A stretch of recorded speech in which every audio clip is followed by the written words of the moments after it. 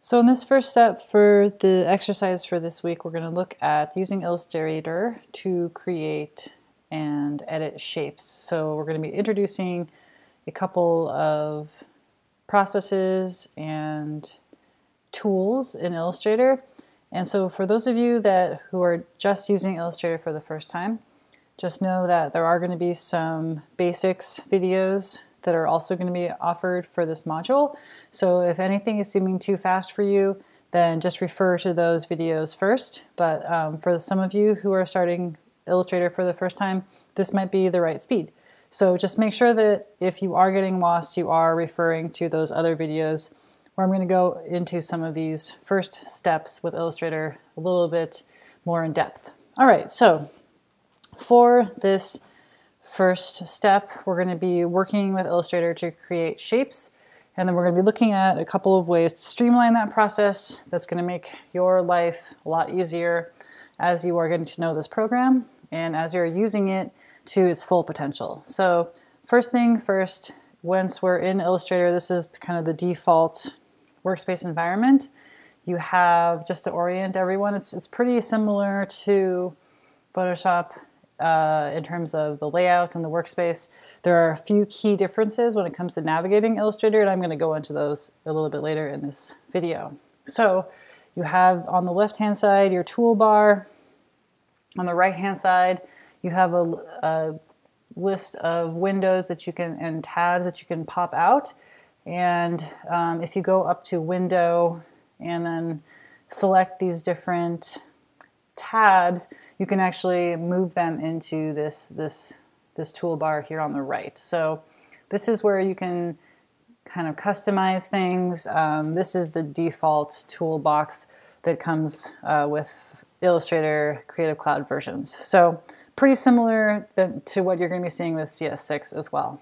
Okay, so to start here, you're going to need to make a new document. So File, New, or Command N as a shortcut. And what we're going to start with, and these are the settings that you can use for most of the exercises for the course, is we can put the name in. That can be later. The profile is fine, just leave that a custom. The number of artboards is going to be 1, and then this is pretty much the only thing that we're going to be changing, as well as the units. So you want to make sure that your unit of measure is in pixels, and that's because even though we're using Illustrator, the majority of the works, or actually all of the exercises that you're going to be outputting for this class are going to be for the screen. So we're using the unit of measure of pixels. If you're doing this for print, it would be inches. And then the width and height, this is where you can enter in the width and height.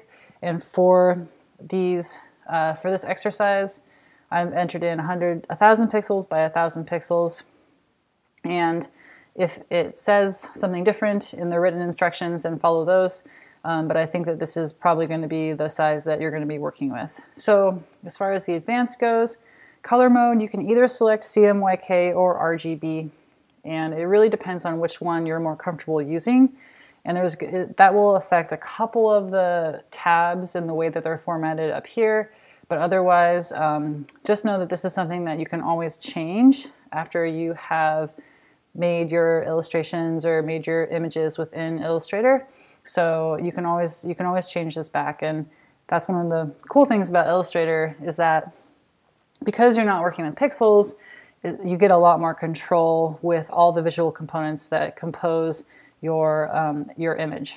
So raster effects, leave this at 300 ppi, and then preview mode, just keep that at default. And I'm going to hit OK. All right, so now I have my new document, and there's going to be a couple of things right off the bat that are going to be different between this and Photoshop. But the first thing that I want people to do is to just go ahead and save this. So I'm going to go up to File and say Save. And I'm going to put this into week 3, and I'll just call this Op Art 01, just so I have an idea of what this file is. Again, I'm trying to keep people from having folders or desktops filled with untitled files. All right, so for all of these projects that you're using Illustrator for, you always just want to save them in their native format, which is .ai or Illustrator.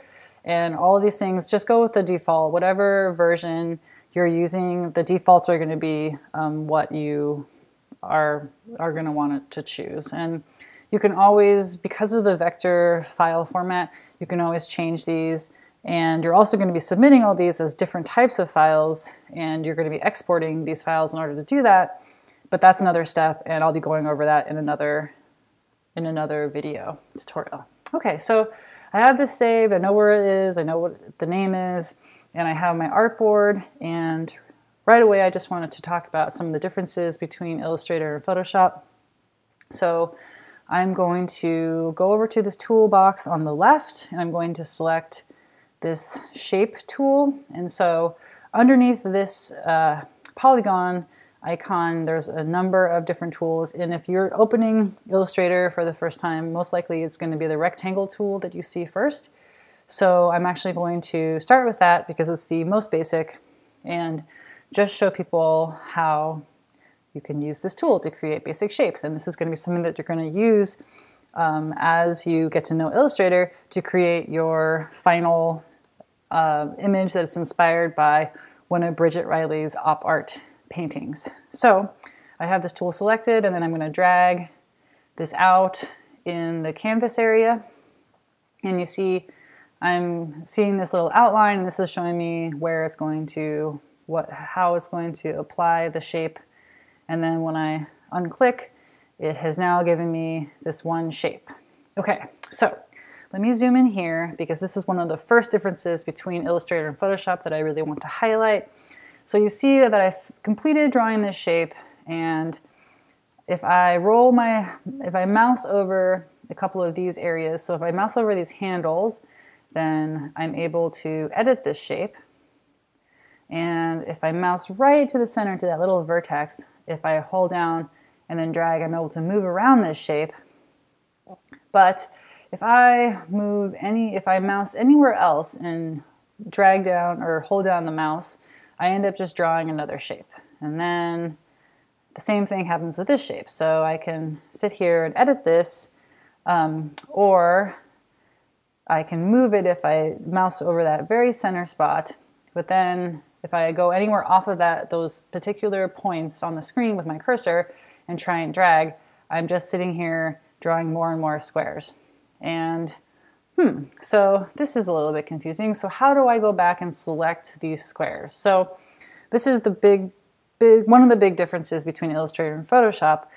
When you are working in Illustrator and you're using one of these tools, it is applying this tool to create different objects on your canvas area. So let me zoom out there. And so you see here's my whole canvas, and I have made many, many squares. And no matter where I click on the canvas, even if I click off of the canvas, I'm still just drawing squares. And so this is where a lot of people who are just starting to use Illustrator for the first time get really frustrated, because it really doesn't seem like there's a way to go back and edit these squares easily. And you would think, oh, I have the square tool selected, so why can't I go back and edit these things? And this is one of the big differences between Illustrator and Photoshop. To do this, you're always going to be having to go between your tools that are used to create things, which are the majority of the tools in this little quadrant here, and then the tools that are used to select those things that you make. And so when you're working with Illustrator, the smallest building block of these files are not pixels, they are vectors.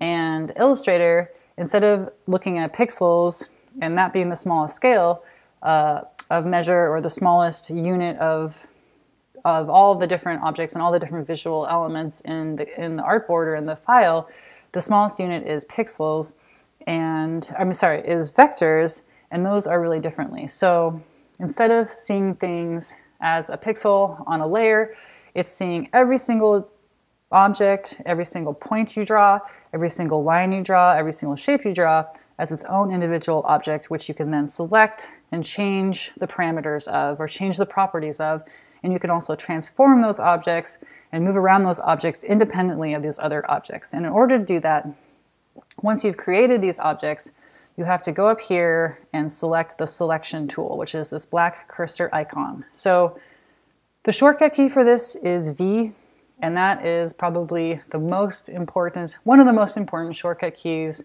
to learn when you're working with Illustrator, because as you are going through and creating things like squares or lines or brush strokes, as soon as you finish using that tool, then you want to switch to V, to the selection tool, in order to then move that object and change the properties of that object. So I've just hit the hotkey V, and now I have this tool, and now you can see that it doesn't matter where I click. When I have this selection tool selected, and I can zoom in here, I can click anywhere within the object in order to select it and then move it around. And once you have an object selected, that is also how you change things like the color of the object or the outline of the object. It's also how you transform things. So once you have an object selected, if you mouse over one of these handles, you can transform it in terms of scale. You can also rotate it when you are able to get that icon. And then obviously you can move it around. Now if you hold down Shift, then it will maintain the aspect ratio of whatever proportion it is already. And then when you hold down Shift when you're rotating, it will just go, I think, in 45-degree increments. So you're going at 45, 90, 180, and all of those different increments. So you're already able to see how you have all these different types of control over each of the individual objects that you're creating.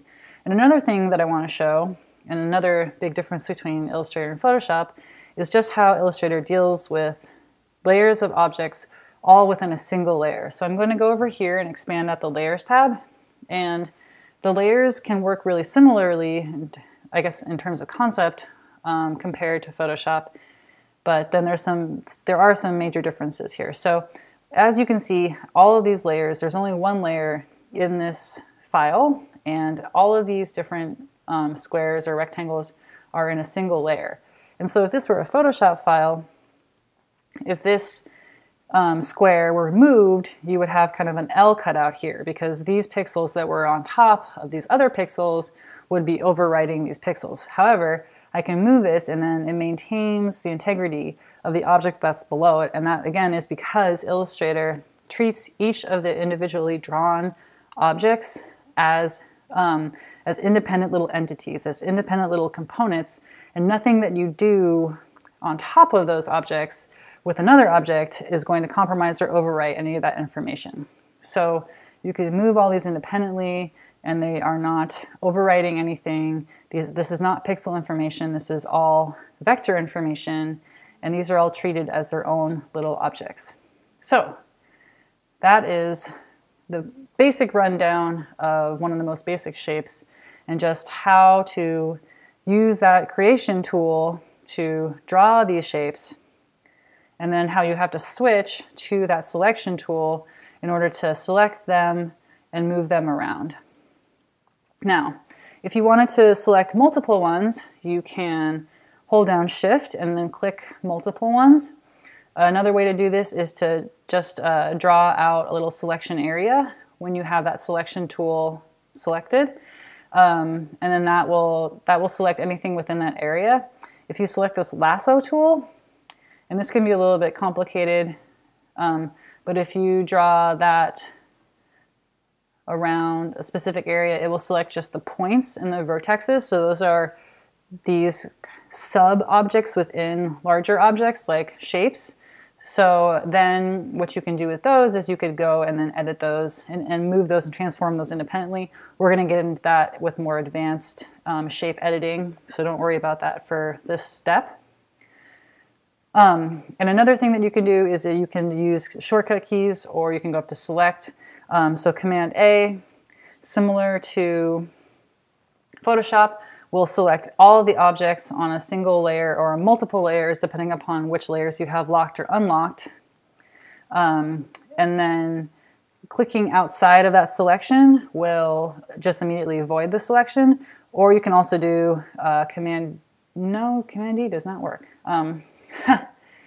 That's good to know. Okay, so yeah, the way to deselect something is just to select, to click with the selection tool someplace that does not have that selection. Okay, so what else can you do with something, a shape that's selected that doesn't have to do with transforming or moving or rotating? So you can also change the different values that are associated with this shape. And the biggest ones for this particular step that we're going to be looking at are color. So right now I've drawn all of these shapes using this rectangle tool, and the default color application was applied. So that's the white fill, which is this solid square here on top, and then a black outline or a black stroke, which is this kind of square within a rectangle kind of outline icon that's on the bottom.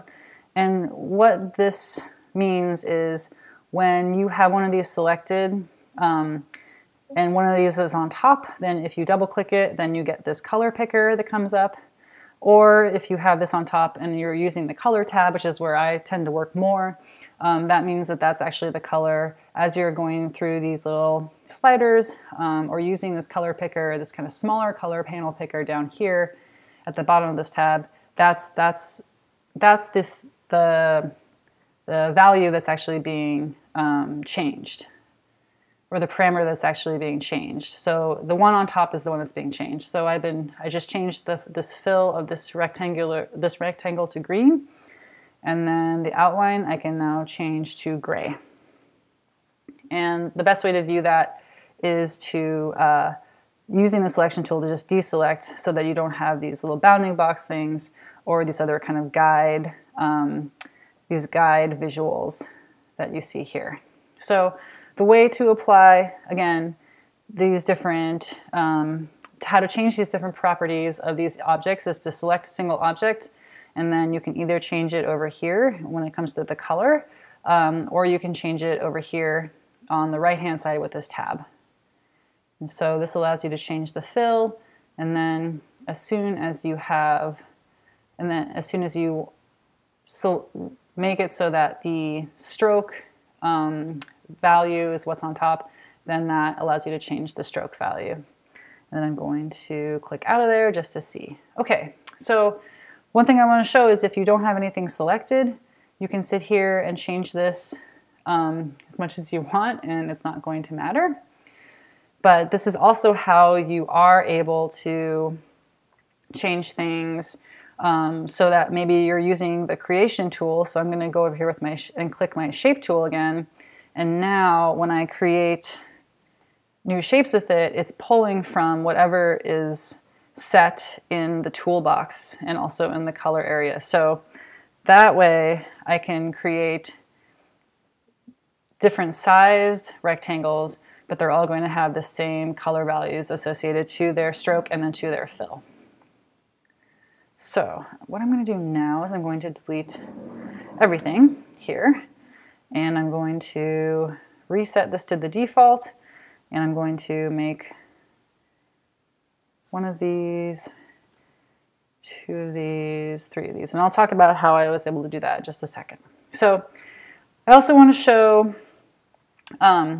how to make changes to the stroke and the fill, and how you can actually make it so that your objects do not have any, or your shapes do not have any fill or any stroke.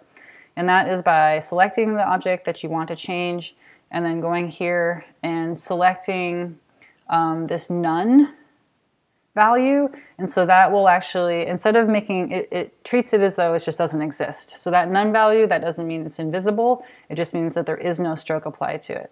And then for this one, if I were to do the same thing to the fill, now this has a stroke applied to it, but there's nothing inside of the box. So there's no fill. So then when I overlap that on top of this blue square, you can see now there's just this outline here.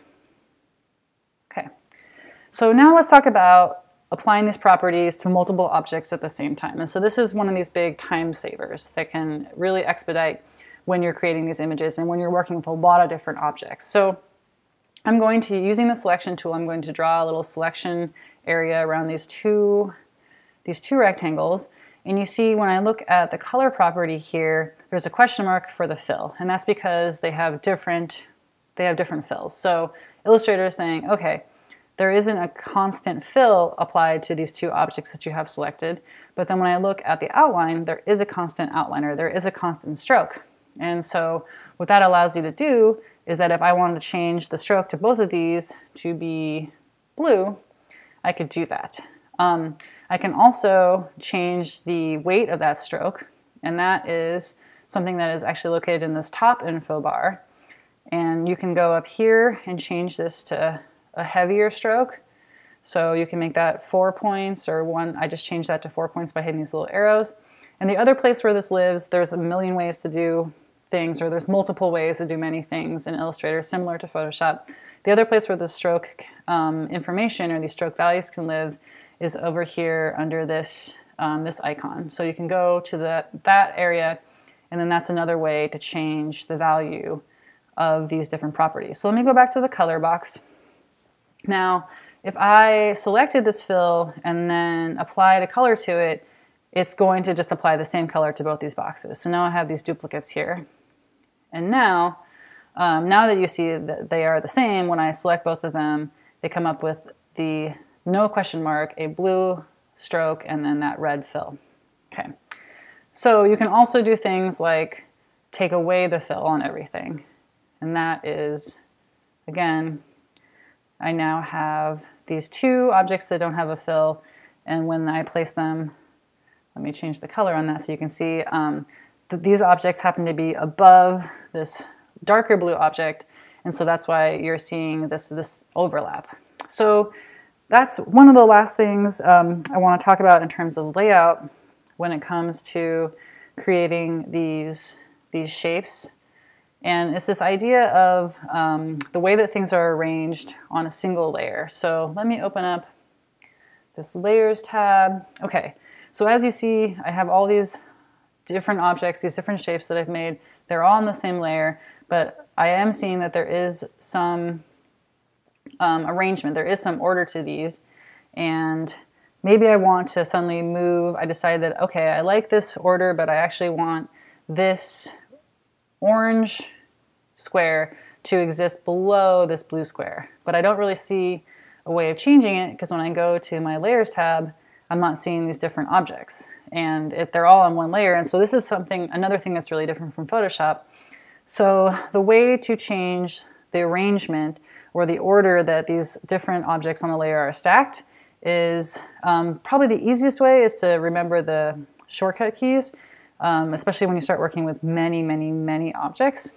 But one way is you can select that object, you can go up to Object, and then you can go to Arrange, and then you can say Send Backward or Send to Back. So Send Backward will send it to one step. If it's in an order of objects, it will send it one object below where it is existing now. So you can understand how if you have 100 objects, that can be really time consuming. Another thing to do is just to say, okay, I'm going to send this back. So this actually ends up being the last object in order on the layer. So with 3 objects, you can see how that might be pretty manageable. The shortcut keys for this are Command and then semicolon. Or no, sorry. They are Command and the brackets keys. So using that shortcut key will allow you to, and I'll just use this, will allow you to send something to the front and send something to the back. So that, again, when you're working with 3 objects, it's not too much to manage. You can probably do it with shortcut keys or just by using the front and the back and then probably not having that many in between layers. But when it starts getting like 100 objects on one layer, well, then you either want to put some of those objects on another layer, or you can use this option, which is in the Layers tab. If you hit this little arrow, it will expand and show you actually all of the different sub-objects, so all of the objects that are within that layer, and then you can use this and dragging and dropping, similar to how you drag and drop layers, you can move these around. And so this is keeping everything within this layer 1, but you're also able to change the arrangement or change the order from top to bottom this way. So this might be a little bit more helpful if you're working with many, many, many objects. Okay, so the last thing that I want to talk about with this shape creation is mostly how to create different shapes and how to fine-tune some of those different shapes. So if you go over here to the shape tool, we already worked with the rectangle tool. I'm going to talk about the rounded rectangle tool a little bit later. You have this ellipse tool, which allows you to make circles. If you hold down shift, it'll allow you to make a perfect circle. And then if you do not hold down shift, then, oops, go back to that. It allows you to make more ellipses that are not perfectly round. And so that's another basic shape tool. And then the last thing I want to show is this polygon tool. And so don't forget with polygons, you can have a 3-sided polygon, you can have a 4-sided polygon, and they don't all have to be hexagons. And so I actually have this set right now to be triangles. And so this is a way to quickly make equilateral triangles. And then the way to change the sides or the way to change the specifics on a lot of these different shape building tools is to select that tool and then click once within the canvas, and then it brings up this dialog box which allows you to change things. So I've just changed this to 5 and now it's created this pentagon, but that's also changed the parameters for the tool in general. Same thing with these different rectangles, or with these different shape tools. If I click this once, it will allow me to create a rectangle with a specific pixel height and width. And then the circle, or the ellipse tool, when you click it once, it allows you to create a circle with a specific radius. So these can help you make really specific measurements, and I know that some of you might be wanting to do that for these op art inspired images that you're going to be working on. And then finally, the last thing I want to show is as you're using these shape building tools and then using the select tool, which is that hotkey V, to transform and move them around. One thing that doesn't really, I mean, maybe it's obvious, but to delete these things, you simply hit the delete or backspace key. You can also go up to edit and hit clear. And then you can also drag a selection and delete multiple things at once. So these are all little steps and streamlining tricks that are going to help you produce these images and control all these visual components a little bit faster so that you're able to create more complex drawings. So that's it for the shapes, and then just keep going with these steps while you're working on this op art exercise.